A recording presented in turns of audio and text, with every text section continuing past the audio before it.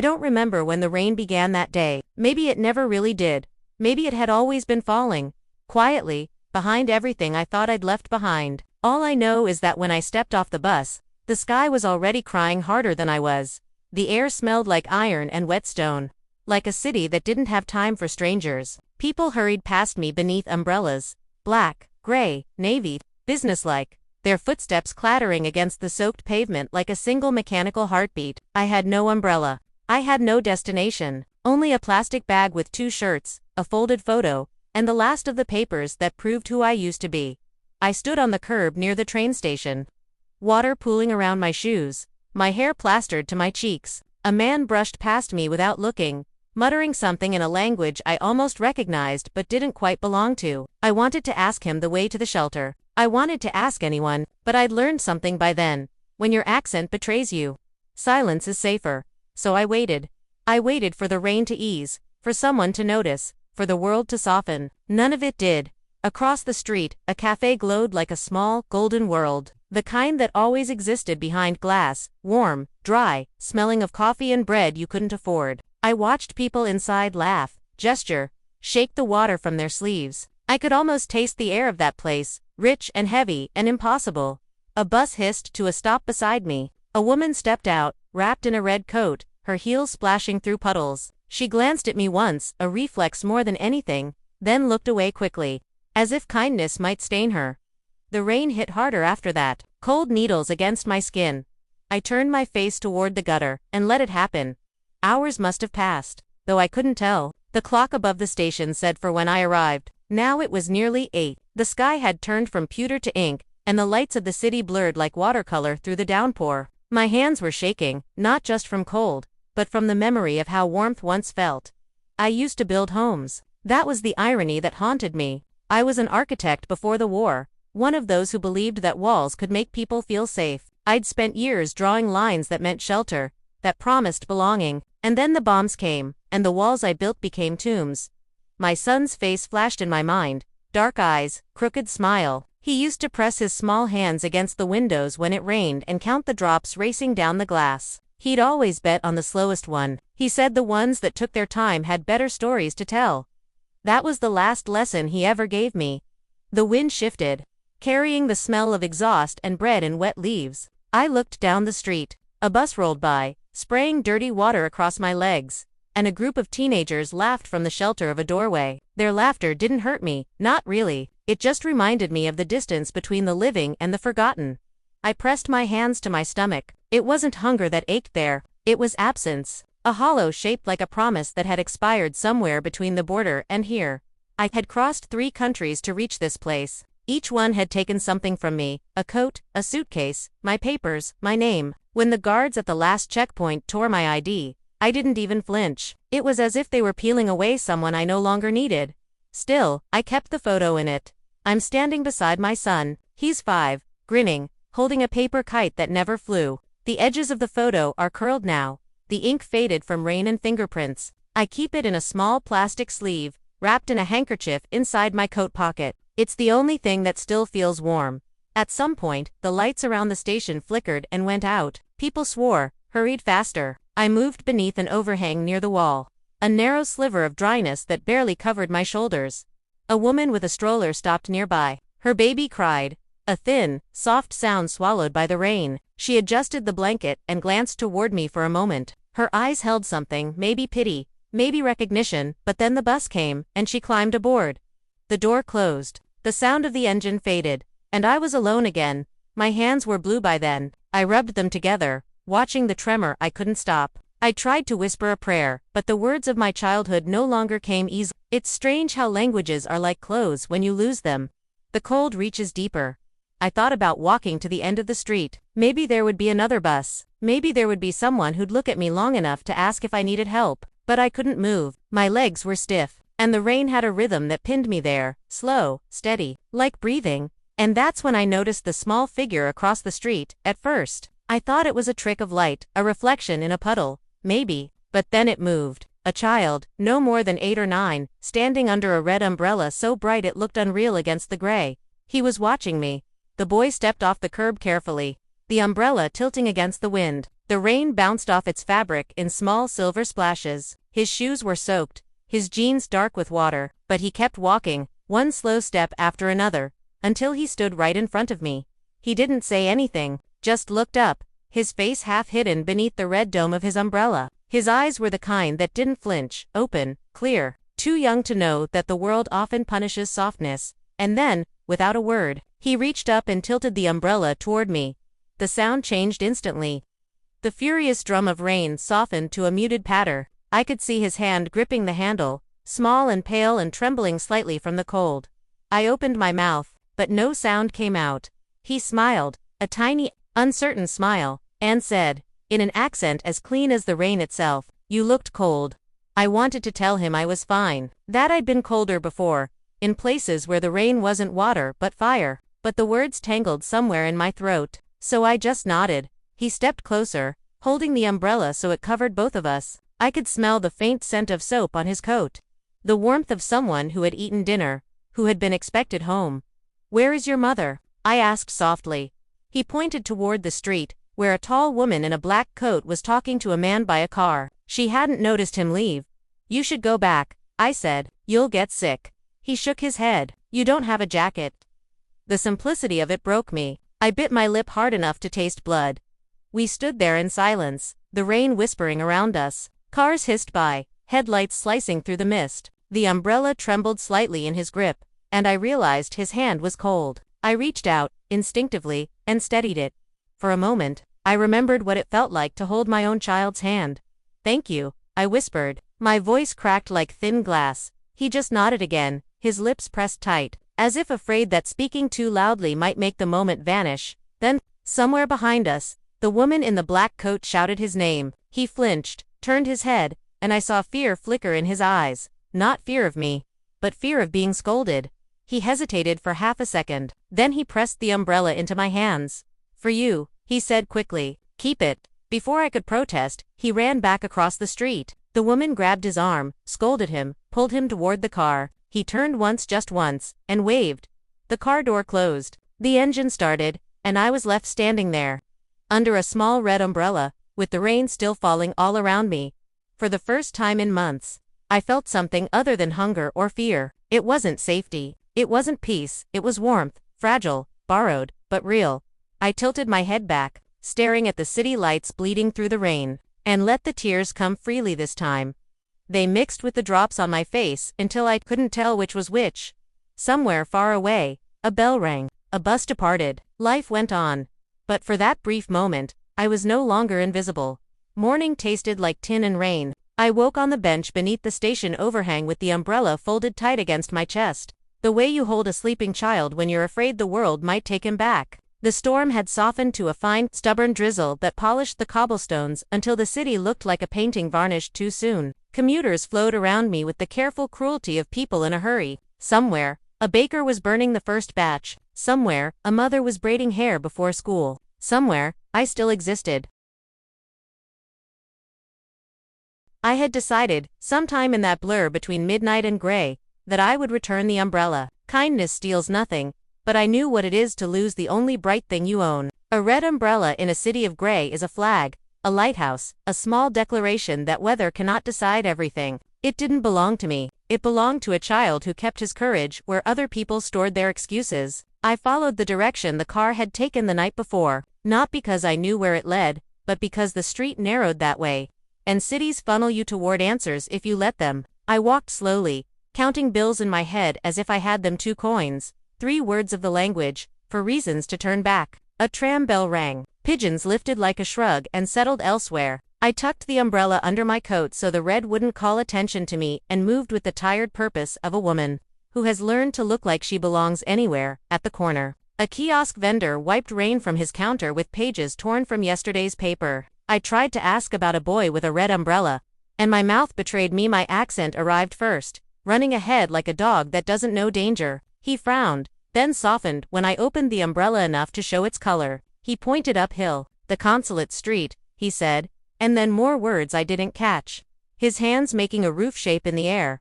Then a small one-house, perhaps sand finally tapping his heart twice. I understood the last part. Kindness had an address. I thanked him with my whole face and climbed. The neighborhood changed as the elevation did. The windows grew taller, the hedges more disciplined, the doors heavier. Rainwater crawled along gutters, gilded with age. Behind one wall, a dog barked in a language that meant not yours. When I reached the crest, I saw at the house on the corner that expected to be noticed. White stone, ironwork like lace frozen mid, a flag hung limp in the damp air, colors blurred by weather and diplomacy. 3 cars sat in the driveway, one of them the black sedan from last night. My heart tripped once and then remembered how to walk.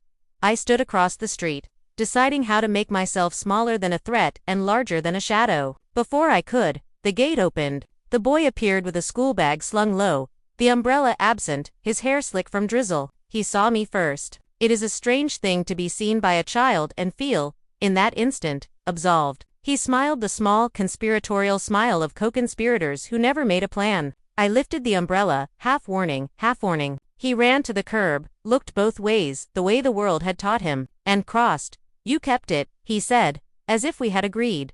I brought it back, I answered, and in his face I watched the sentence land somewhere gentle.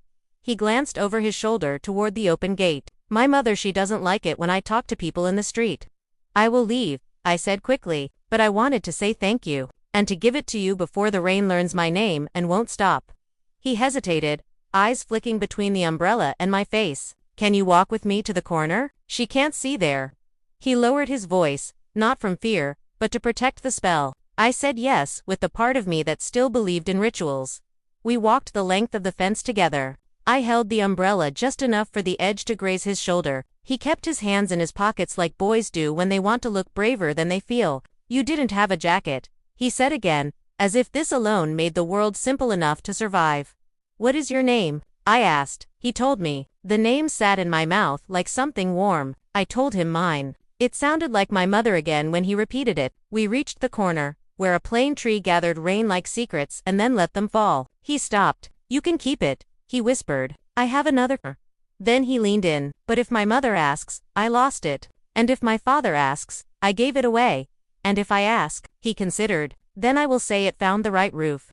I lowered the umbrella. For today, let it be ours, I said. Tomorrow, it will be your mother's answer. He laughed, quick and involuntary, and then the gate voice found USA woman's tone, clipped by education and weather. Marek. She strode toward us in a black coat that had never known need. Up close, she was beautiful in the way marble is beautiful, expensive, precise, unbothered by blood. Her eyes catalogued me the way customs officers do. Shoes, coat, hair, hands, story. She could not see the story and therefore did not like the hands. This is my friend, the boy said. The word friend put color in his voice. The woman's chin lifted a degree. You are late, she told him. And then, to me, in the city's language, can we help you? It had the sound of a sentence that, once answered, would erase me. I held the umbrella between us, open like a flag of truce. Your son lent me this last night, I said carefully. I came to return it and to say thank you. The thank you landed where it needed to, on the boy's shoulder, not the woman's. She saw that, and something in her expression drew back, like a hand from a hot pan. We do not accept gratitude, she said, searching for a word that would keep her clean. We accept responsibility. The sentence was impressive and, somehow, cold. She took the umbrella, closed it with unnecessary efficiency, and handed it to a man who had appeared silently at the gate, a driver, perhaps, or a shadow with keys. Where are you staying? She asked. The question was a net. If I answered wrong, she would file me under problem. Nearby, I lied. Truth has a temperature. You must not hand it to anyone with cold hands. Her gaze shifted, a small calculation performed behind the eyes. There's a municipal center 3 blocks down, she said finally. They will direct you. She turned to the boy, and a softness flickered, quick and unpracticed. Car now. To me, I hope you find what you need. I already did, I said, and let my eyes rest on her child just long enough to be understood. The man at the gate held it open. The boy walked backward 3 small steps and lifted his hand. It was not a wave. Exactly. It was a promise with fingers. I felt its weight long after the car swallowed him and the street returned to being a street. I did as I was told. I walked to the municipal center, a building with too much glass for the kind of truths it housed. The waiting room hummed with fluorescent remorse. A woman behind a counter asked for documents in a voice that had learned to plant hedges between words. I gave her what I had left. The torn paper, the photo in its sleeve, my name balanced carefully so it wouldn't fall. She stapled my story to a number and told me to sit. Sitting is a skill when your life is a hallway. Hours rearranged themselves into a shape that wasn't time. A security guard offered me a cup of vending machine tea and looked away so I could drink it like a person. A boy dropped a toy truck and I bent to pick it up. His mother flinched and then apologized with her eyes. Somewhere deeper in the building, a printer made the sound of rain learning to walk. By late afternoon, my number appeared in trembling red above a door. Inside, a man with a tie the color of old gum asked me the questions that make the world legal. Name, country, dates, why, how, where, now. I answered. Sometimes the truth is simple because there is nothing left to arrange. He tapped, printed, frowned, and then did a small human thing. Slid half a sandwich across the desk, without looking up. For later, he said to the screen, "The shelter is full tonight. There is a church on Ruidana. They take women. Tell them Paulo sent you." Paulo, I repeated, putting a roof over his name. Outside, the rain had graduated to a mist that made halos of headlights. I stood under the city's evening and considered the map in my new handa. Photocopy with a cross scrawled by a tired man who remembered how to be kind at 4 o'clock. I folded it into my pocket, next to the photo of my son, and turned downhill. The hill gave me back the sound of my footsteps. This too is a kind of homecoming. I reached the intersection where the plane tree kept its counsel, a figure detached from the hedge-familiar tilt of a small head, the gravity of a secret too bright to carry alone. The boy stepped out, breathing in quiet bursts as if he had run past a line he wasn't supposed to cross. "I forgot," he said, and held something out, a thermos wrapped in a napkin. "For you. It's hot chocolate." I told them I needed it for science. Science? I couldn't help it. The words smiled as it left my mouth. "To see if it stays warm in the rain." He glanced toward the hill, where the gate glinted like a closed eye. "My father says experiments need subjects." I took the thermos. It warmed my palms so completely I had to look away to keep from crying again. "Then I will be your subject," I said. "I will report that warmth is contagious."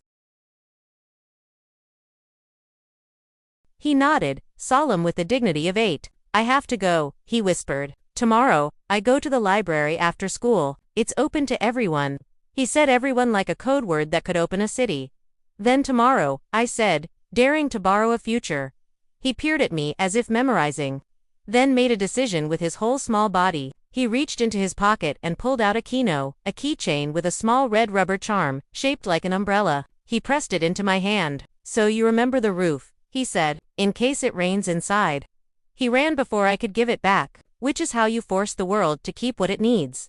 I stood there with the thermos against my chest and the charm in my fist, and felt the city tilt a degree toward bearable. I drank, and the chocolate put a ghost of childhood on my tongue. Milk, cinnamon, the illusion that a storm is something you watch from a window. I walked toward Rua da Nogueira on legs that remembered the idea of destination.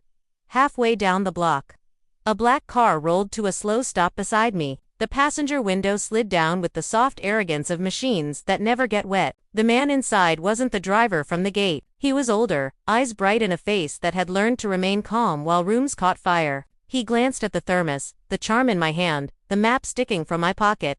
"My son is difficult to discourage," he said in the city's language, but kinder. "He is also, unfortunately, persuasive.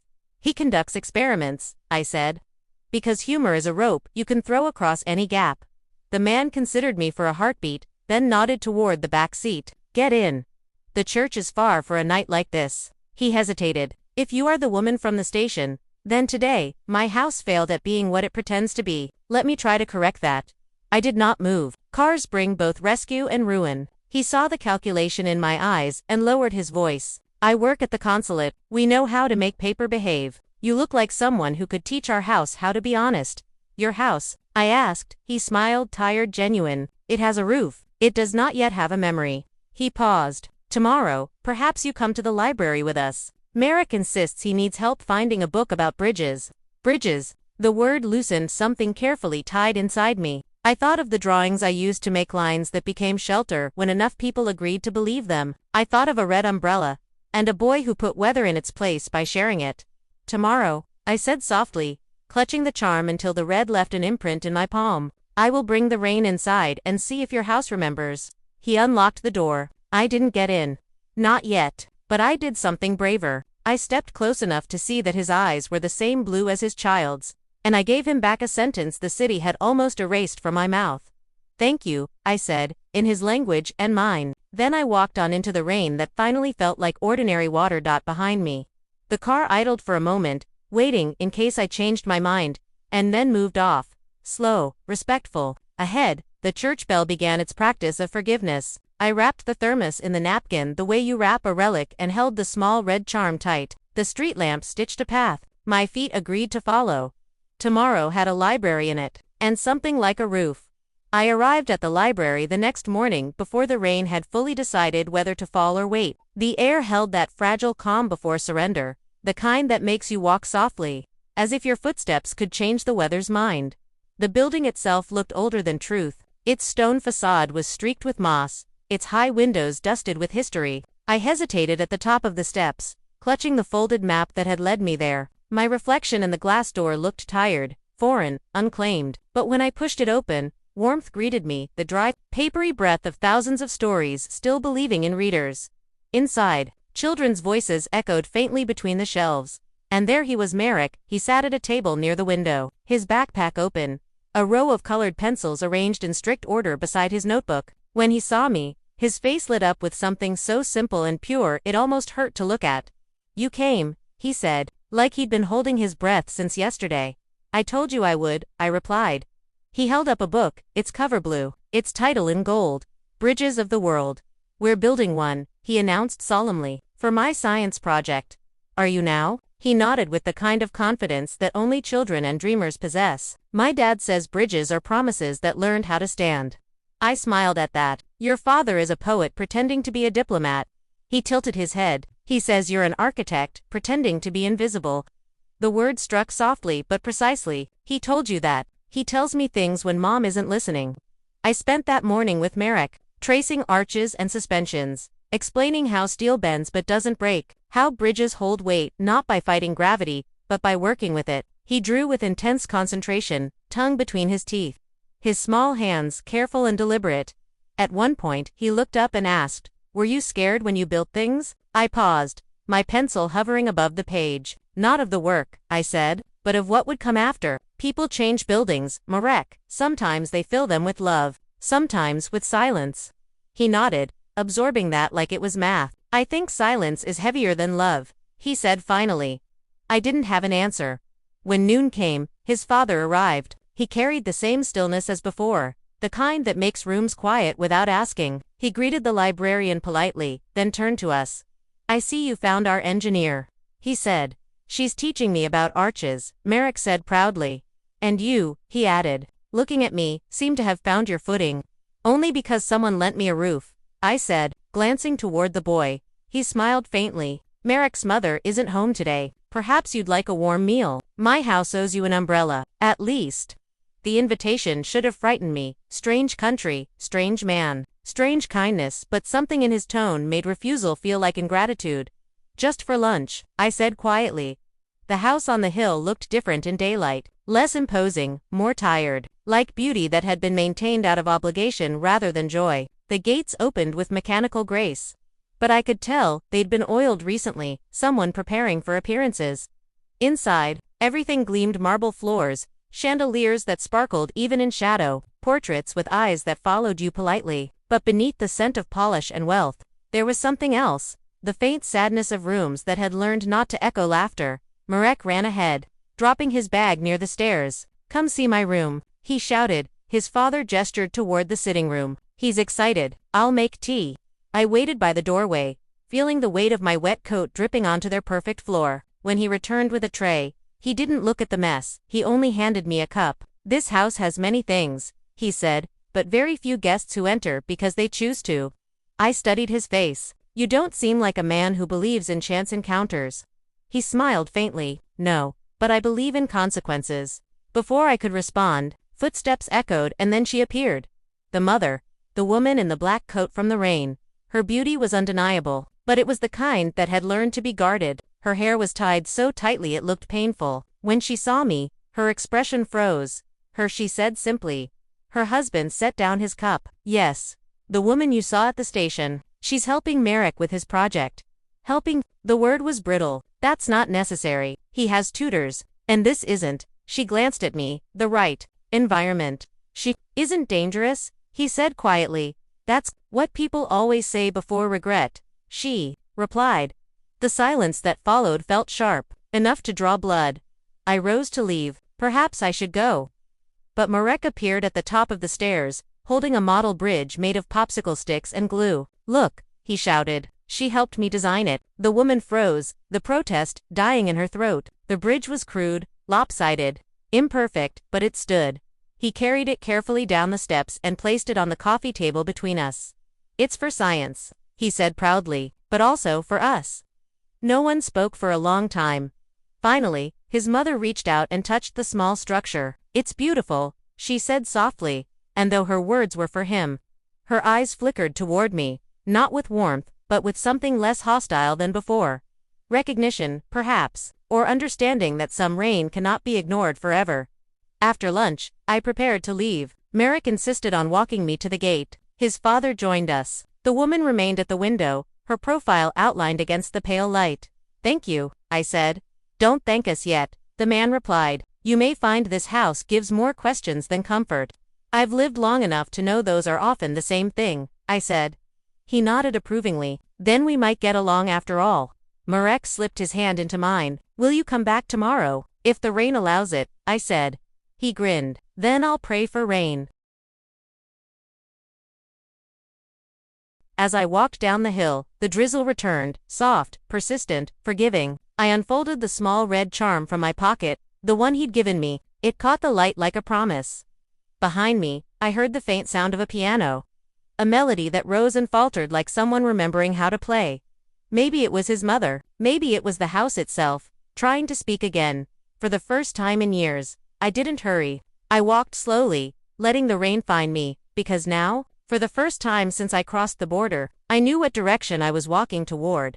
The rain returned with insistence, as if it had been waiting for me to come back to that house. It wasn't a downpour, more like a quiet, constant tapping, as if the sky itself were trying to tell me something it had whispered before. When I reached the gate, it was already open. I didn't remember knocking. Marek met me halfway up the path, his red scarf flapping behind him like a flag. You came, he said, breathless with happiness. I promised, I said. He took my hand the way children do, with complete certainty that it belonged there, and led me inside. The house was alive in a different way that morning. There was music, soft, hesitant piano notes drifting from another room. The tune was fractured, like someone trying to remember a song they used to know by heart. That's my mother, Marek whispered. She never plays when people are here. Maybe she forgot you were coming. Maybe she remembered, I said. He smiled, not understanding, and pulled me toward the study. The desk was covered in papers and small architectural models, bridges, Argentine arches, delicate towers. My father said you could help with the big one, Marek said. We're building one that goes nowhere. It's just to see if it can stand. Sometimes that's the most important kind, I said quietly. He didn't ask why. Children rarely ask for explanations when the truth sounds like poetry. Later, while Marek worked, I stepped into the hallway. The music had stopped. The silence that followed was heavier than the song itself. I found the mother in the sitting room, sitting before the piano with her hands resting in her lap. You play beautifully, I said. She didn't look up. I used to. Now it's just memory, trying to sound like music. Memory makes the best music, I replied. Her fingers traced the keys absently. You have a strange way of saying things. I've lived in too many languages. They start to blend. That made her glance at me. Where are you from? Really? The question wasn't cruel, it was tired. The kind of tired that comes from always pretending not to care. East, I said. Beyond the river. Her expression changed slightly. My son's mother was from the East too. The words landed so softly that I almost didn't feel their weight until a few seconds later. I didn't know he was adopted, I said. She nodded once. We don't speak of it much. My husband says it doesn't matter where you're born, if you're raised with love, but blood remembers. It always does. Her voice trembled near the end of the sentence. I could see in her face that the subject was both wound and secret. I didn't press further, though my heart had begun to beat in a strange rhythm. Recognition. Fear. Something unnamed. The rest of the afternoon passed quietly. The rain grew heavier. The sky lowered itself until it pressed against the windows. The house was all soft sounds, the tick of the clock, the whisper of pencil on paper, the sigh of a fire that burned just enough to remind you that warmth was temporary. When it was time to leave, Marek's father offered to walk me out. "You're getting wet again," he said, retrieving a black umbrella from the stand by the door. "I've survived worse," I said. He looked at me for a long moment. "You have, haven't you?" It wasn't a question. "Did you tell her?" he asked suddenly. "Tell her what?" "That you knew her son's mother." The air seemed to stop moving.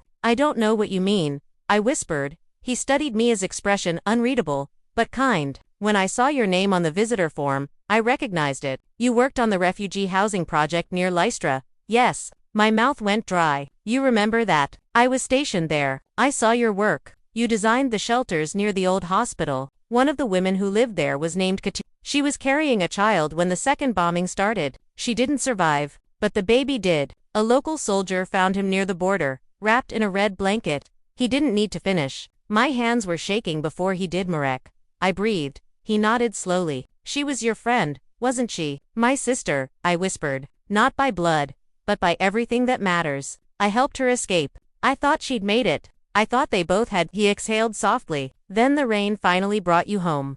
I don't know how long we stood there, listening to the storm. Every drop outside felt like a memory returned to earth. "She can't know yet," he said. "Not her. She has built her peace carefully, piece by piece. But Marek has a right to the truth." I nodded, though part of me wanted to run. "How will I tell him?" "You won't need to. Children always know what adults are too afraid to say." That night, the rain didn't stop. It grew louder, wild, impatient. The house seemed to creak with every gust. I couldn't sleep. I sat by the window in the guest room. They'd given me an act of kindness I hadn't dared to expect, and watched the world turn to water. Around midnight, I heard footsteps. Soft, hesitant. The door opened, and Marek peeked in. "Can't sleep?" I asked. He shook his head. "The thunder sounds like the trains used to when we lived in the old house. You remember that?" He nodded. "Sometimes I think about a woman who sang when it rained. My mom says I dreamed her, but I think she was real." My throat tightened. "What did she sing?" He frowned, trying to recall. "Something about the sun hiding, but still watching." "I don't remember the words." I did, every syllable. "My sister used to sing it to me before the war, and then to her son." I didn't cry. I just reached out, and he stepped closer. I brushed a strand of hair from his forehead and whispered, "She would be proud of you, you know." He smiled sleepily. "You sound like her." Then he climbed into the chair beside me, wrapped in a blanket, and fell asleep with his head on my arm. I sat there until the sky began to pale, listening to the rain slow and soften into morning.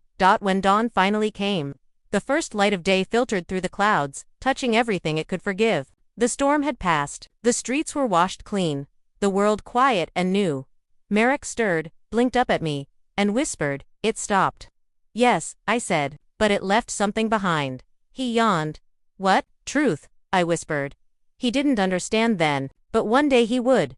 The morning after the storm broke, the world seemed almost holy in its silence. The rain had left the city trembling, gutters overflowing, roofs steaming, air fragrant with clean earth and forgiveness. I woke before the others, as I always did, before footsteps and voices reclaimed the house. The air inside felt still, suspended between gratitude and goodbye. I knew I couldn't stay. Not after what I had learned. Not after realizing that every kindness offered here was built upon a secret that didn't belong to me to keep. Marek was still sleeping, curled in the quilt I'd tucked around him before dawn. His breathing was soft, steady. I traced the outline of his hand on the blanket and whispered a promise I couldn't fully form, that I would not let the truth destroy the peace he had found, but I would not let it be buried either.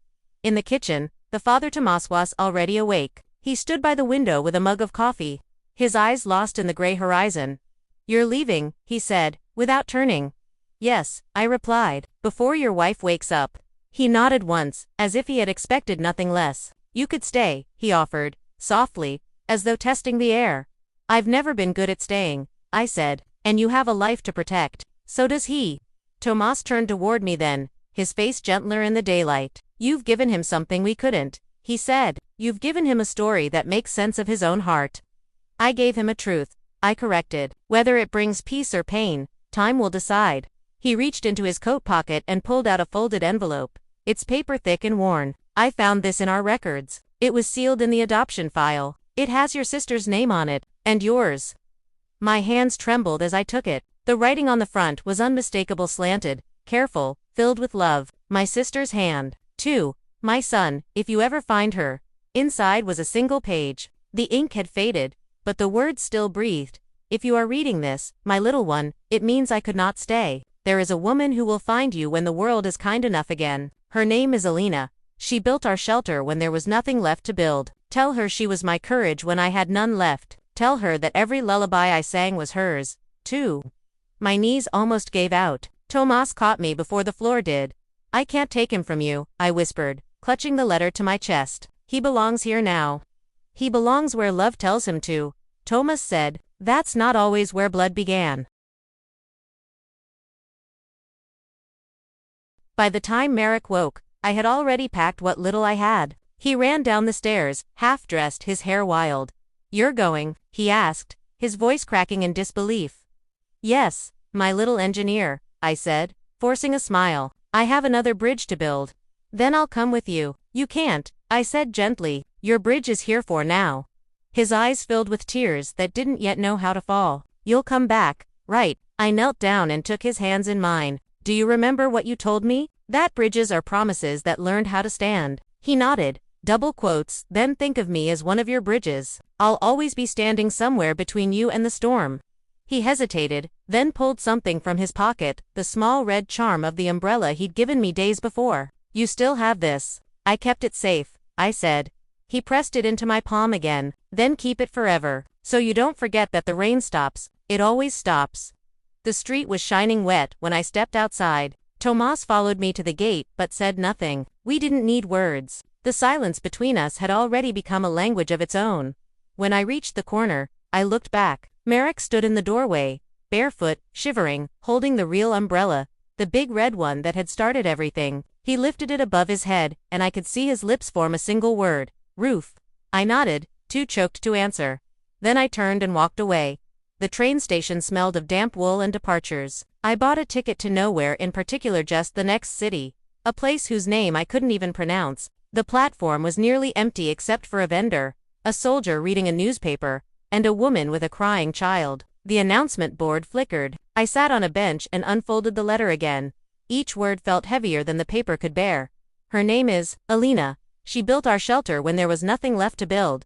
That was me. But what my sister didn't know was that the shelter I built was the one that collapsed the night she died. The structure had failed because I'd run out of steel and time. I had carried that guilt like a border I could never cross. Tears blurred the page. I wiped them away, smudging the ink. I felt a presence beside me before I saw him. Small footsteps. The smell of rain and cocoa. He stood there, panting, cheeks flushed from running. In his hands, the umbrella again. I told you, he gasped. You forgot your roof. My heart twisted. You shouldn't have come. I didn't come alone. He turned, and behind him stood Tomas, coat-soaked, eyes unreadable. He approached slowly, almost apologetically. He refused to let the train leave without you. I wanted to protest, but I couldn't. The boy was trembling, defiant, certain in the way only love can be. Tomas looked at me and then at the letter in my hand. He should know, he said softly. Marek frowned. Know what? I took a deep breath, knelt in front of him, and held out the letter. This was written by your first mother, I said gently. She was my sister. He blinked. Your sister? Yes, I whispered. That makes you my family too. The boy looked at the letter, then at me, then at his father. The world seemed to hold its breath. And then, very quietly, Marek reached out and wrapped his arms around my neck. His small body shook against mine. She sang to me, he said into my shoulder. I remember. I know, I whispered back. She sang to me too. We stayed there like that for a long time. The three of us until the whistle of the departing train broke the moment in two. The platform trembled as it pulled away, carrying the noise of leaving into the distance. Tomas spoke first. There's room at our house, he said, 4 bridges, and for truths. I looked up, unable to hide my tears. What will your wife say? She already knows, he said simply. She always did. She just needed the rain to wash it clean. That evening, we walked back up the hill together, Marek holding my hand in one and the umbrella in the other. The sun was setting behind the clouds, painting the wet rooftops gold. When we reached the gate, the mother was waiting. She didn't speak at first. She just looked at the three of us, the boy she'd raised, the man she'd loved, the stranger who had become family, and something in her face softened, cracked, and finally, broke open. Without a word, she opened the umbrella above my head and whispered, "Welcome home." The world stilled. The boy smiled through his tears. The rain began again, but this time it was light, playful like a benediction. The house glowed behind us, alive again, and in that moment, I understood what my sister had meant when she wrote tell her she was my courage. Because sometimes courage is not running, or building, or fighting. Sometimes courage is simply standing in the rain long enough for someone else to find you.